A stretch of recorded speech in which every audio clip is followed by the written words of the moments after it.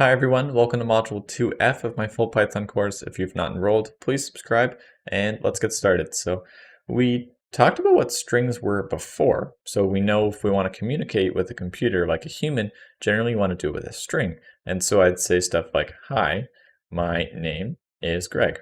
So that's a string. Now we're going to talk a little bit more about what this thing actually is. And so now that we've talked about the idea of being immutable versus mutable. Immutable means that this particular thing, we can't actually change it at all. So we cannot change anything, as in we cannot add anything to it. We cannot make it this.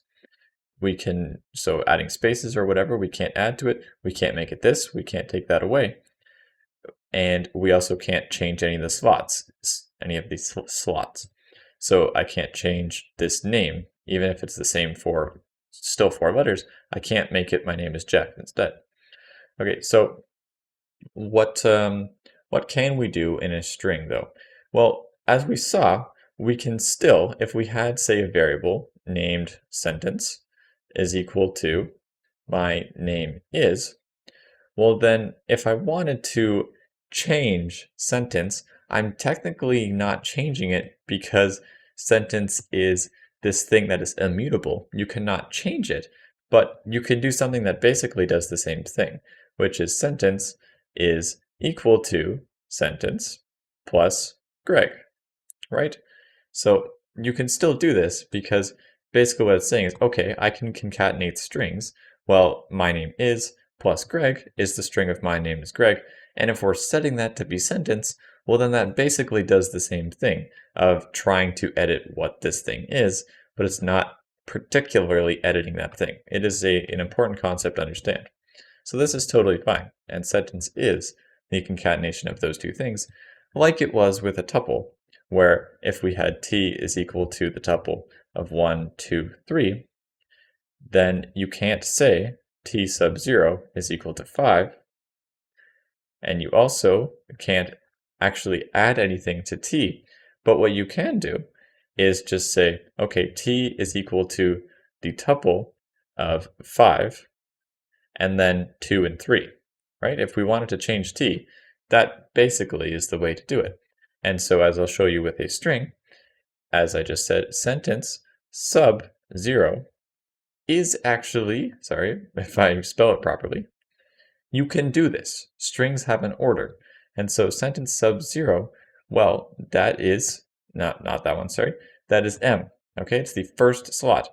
But what I cannot do is say sentence sub 0 is equal to some other letter. I can't set it to H because string object does not support item assignment. It is the exact same error it gives for a tuple when we say try to change the first element. You cannot do that. You cannot do that with strings either. Lists are mutable. You can change them. Dictionaries are mutable. You can change those. Sets are mutable. You can change those. But with a tuple and a string, you cannot change the elements that are in there, but you can basically get around that very easily by just setting the variable name to be something very similar to what it was before, but then say hello, right? So this is totally fine. And so sentence is now, we had already added this before, and so it put hello onto the end. That is basically the same idea. Or if you wanted to edit a particular slot, well, if this is what sentence is currently, and if we wanted to edit the first slot of this thing, then we could do sentence is equal to whatever we wanted to change it, plus the string of sentence all of the way from the first slot up until the end. Okay, so we can do this slicing notation on pretty much anything that has an order in Python.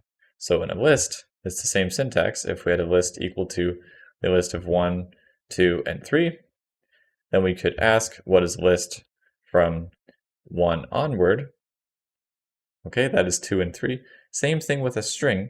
We can do that with the slicing notation. It says, okay, if there's an order to this thing, then I will take starting from the first thing all the way up until the end.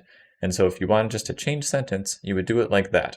by changing the first letter, making the first letter this thing, and then adding it to this other thing, and then combining them together.